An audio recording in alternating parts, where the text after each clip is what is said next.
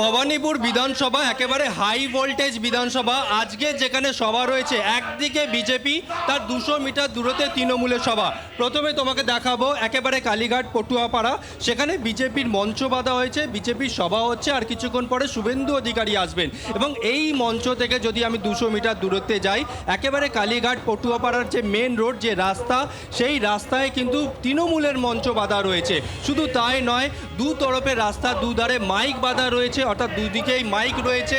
একদিকে মাইক রয়েছে একেবারে তৃণমূলের মঞ্চের দিকে তাক করে রয়েছে, পাল্টা তৃণমূলের মাইক বিজেপির মঞ্চের দিকে একদম তাক করে রয়েছে। মাঝখানে রয়েছে কলকাতা পুলিশ এবং সেন্ট্রাল ফোর্স। তুমি জানো যে এই ভবানীপুর বিধানসভা একেবারে হাই ভোল্টেজ বিধানসভা। শুধু তাই নয়, গতকাল যখন শুভেন্দু অধিকারী তিনি জনসভা করছিলেন বা প্রচার সারছিলেন, তখন তৃণমূলের তরফে মাইক বাজানো হচ্ছিল বলে অভিযোগ। এবং একই সঙ্গে মমতা বন্দ্যোপাধ্যায় যখন জনসভা করছিলেন, তখন বিজেপির তরফে মাইক বাজানো হচ্ছিল বলে পাল্টা অভিযোগ করেন মমতা বন্দ্যোপাধ্যায়। আজকেও ঠিক সেম একই পরিস্থিতি। এই যে পটুয়াপাড়া থেকে যখন তৃণমূল কর্মীরা বাইকে করে যাচ্ছেন, তখন জয় বাংলা স্লোগান দিতে যাচ্ছেন, পাল্টা বিজেপি কর্মীরাও জয় শ্রীরাম স্লোগান দিচ্ছে। আমি যদি আরও একবার ছবিটা তোমাকে ঘুরিয়ে দেখাই, এই মুহূর্তে বিজেপি কর্মীরা অর্থাৎ এই পটুয়াপাড়ার রাস্তার মধ্যে ঠিক তারা এইভাবে ছড়িয়ে ছিটিয়ে রয়েছেন, বসে রয়েছেন।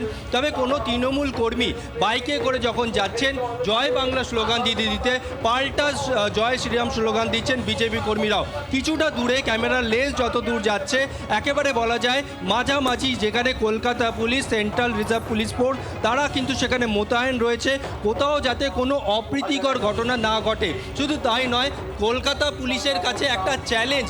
গতকাল যে অভিযোগ শুভেন্দু অধিকারী এবং মমতা বন্দ্যোপাধ্যায় দুপক্ষই একে অপরের বিরুদ্ধে করেন, সেই ঘটনা যাতে পুনরাবৃত্তি না হয়, সেই দিকে কিন্তু কলকাতা পুলিশ নজর রেখেছে।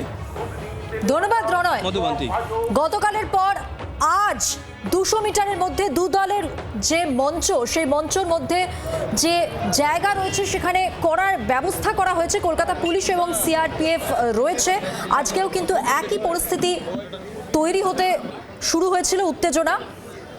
গতকাল আপনাদের যেমনটা বলছিলাম, স্লোগান যুদ্ধে মঞ্চ ছাড়েন মমতা বন্দ্যোপাধ্যায়। শুভেন্দু অধিকারী এই ঘটনার প্রেক্ষিতে ঠিক কি বলেছিলেন শোনাবো।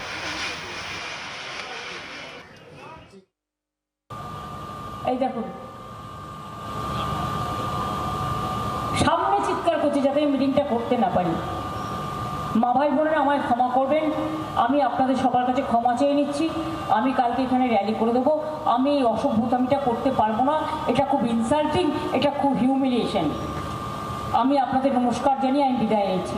এই পুরো রাস্তায় এই ইতরের বাইক, তৃণমূল একটা ইতর নর্দমার পার্টি, গোটা রাস্তা মাইক বাজিয়েছে আর পুলিশ কিছু করে নেই।